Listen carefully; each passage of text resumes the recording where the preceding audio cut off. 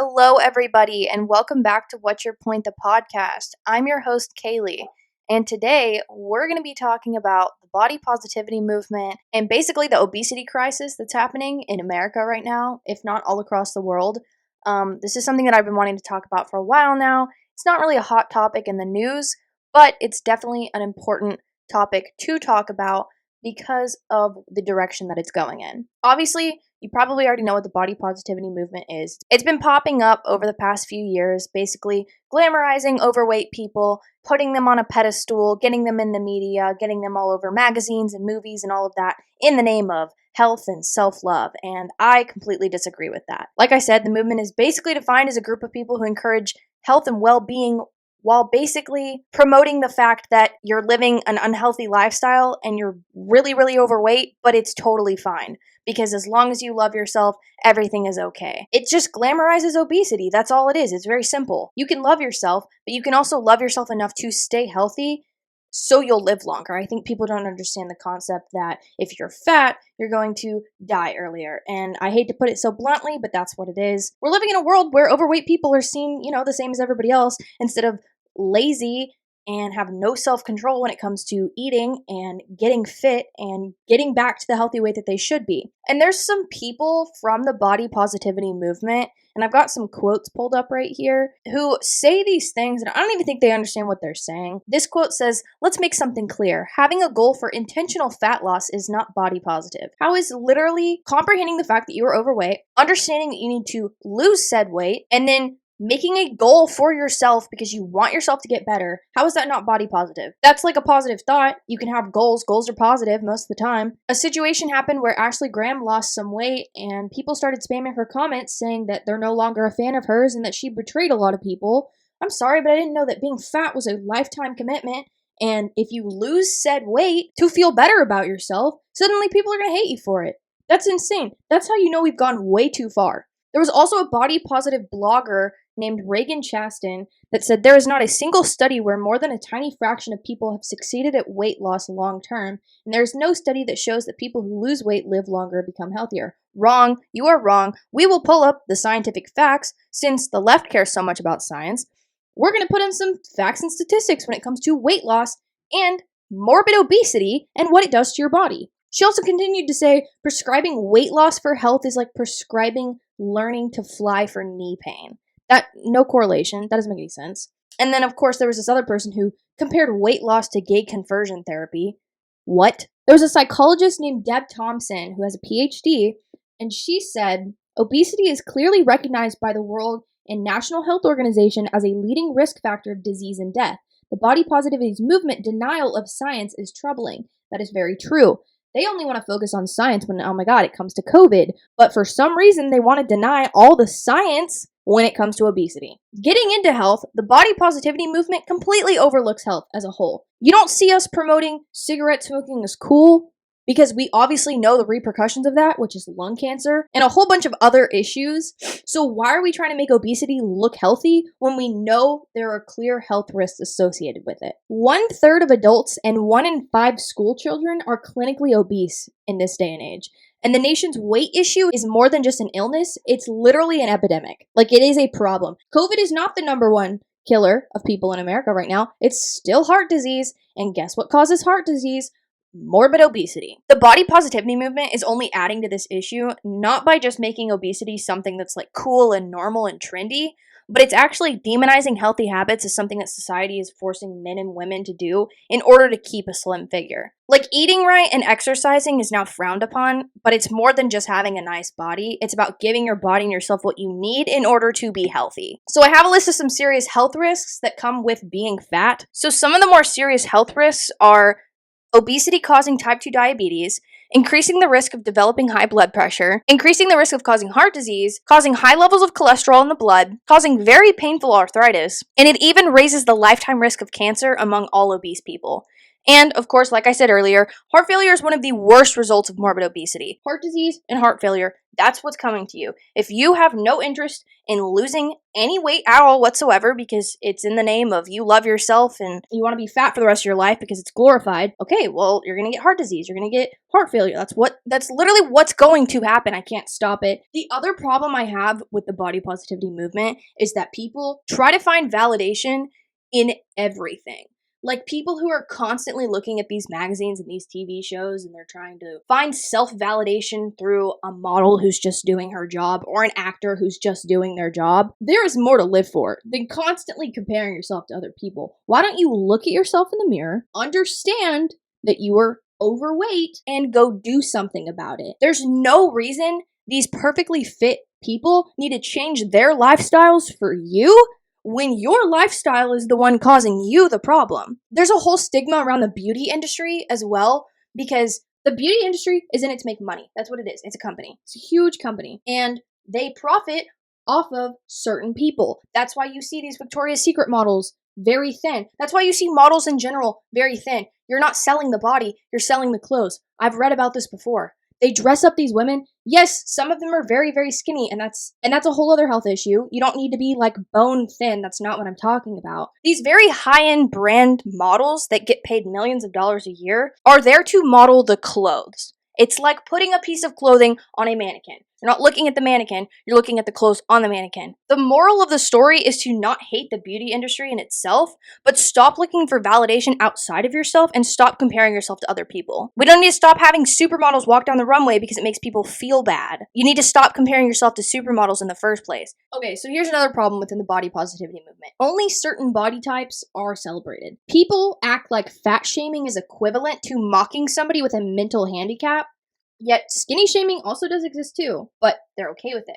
There are many, many models who are very thin. There are many influencers who are very thin. People constantly tell them to, eat a cheeseburger, eat a pizza, do all this kind of stuff. And you cannot sit here and claim that fat shaming is equivalent to mocking somebody with a mental handicap if you want to say that skinny shaming is okay or doesn't even exist, because it also does exist. This ongoing ideology that being overweight is cute and trendy honestly disgusts me, because this is only promoting unhealthiness for the generations to come.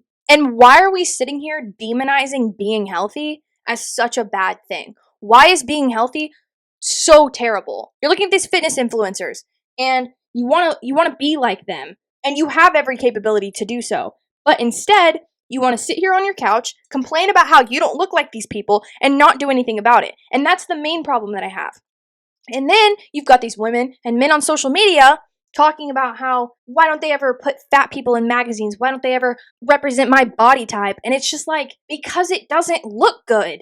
That's literally the answer. This is probably one of the most harshest episodes I've ever made. But at the end of the day, you want to know why you're not on a magazine? You want to know why you're not an Instagram influencer?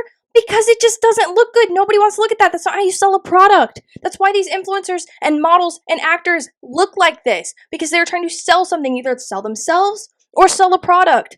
That's what I was talking about earlier when it comes to the Victoria's Secret models. They're not selling themselves. They're selling products. It's all a business. And that's what business is. That's what companies do.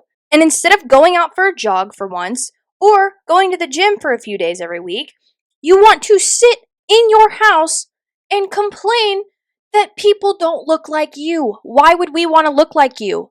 Why would anybody want to be obese? Why would anybody want to be overweight? It's not healthy. There's scientific evidence to prove that. It's not just about your feelings and you feel like you're not being represented within the beauty industry. It's not about that. Quit bringing feelings into it. Nobody cares. Again, it's an industry. Through this body positivity movement and this fat acceptance movement, we've created a society with very lazy people. People who don't want to get jobs, people who don't want to go make money, people who don't want to go out of their way to stay healthy and live a very successful life. We've created a society where people feel like they just need to lay down and let other people do whatever they want for them, and that's not how it is. You're not going to look any better, you're not going to feel any better about yourself just because they start putting fat people on the front page of a magazine. It's not how it works. You're still going to wake up every day with literal body pain and probably a few diseases if you don't start changing your lifestyle. It's about motivating yourself enough to get better. It's not about us doing anything for you. And that's why I have such a big problem with it. Because at the end of the day, nobody can fix you but yourself. You can't expect everybody else to change their lifestyles in order to comfort you. It's not about you.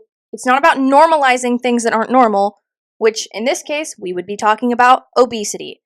It's not going to happen. It's never going to happen. Many people die more from being overweight than they do from COVID, than they do from anything else. So for the body positivity movement to sit here and lie to people's faces and tell them that their feelings are more important than scientific evidence is just sick. It's sick. It's a disgusting trend that will continue to happen if somebody doesn't put a stop to it.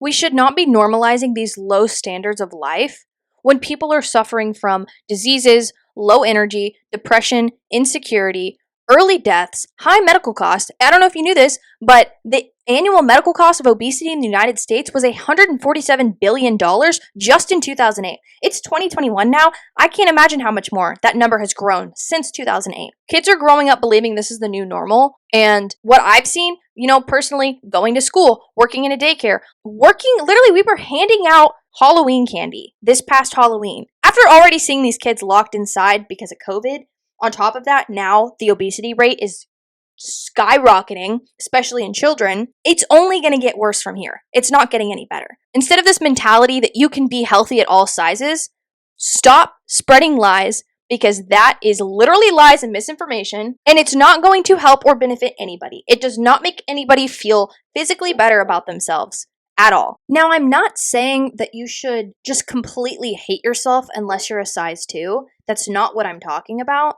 But you would feel so much better waking up every day at a healthy weight, eating right, instead of just eating burgers and donuts all day.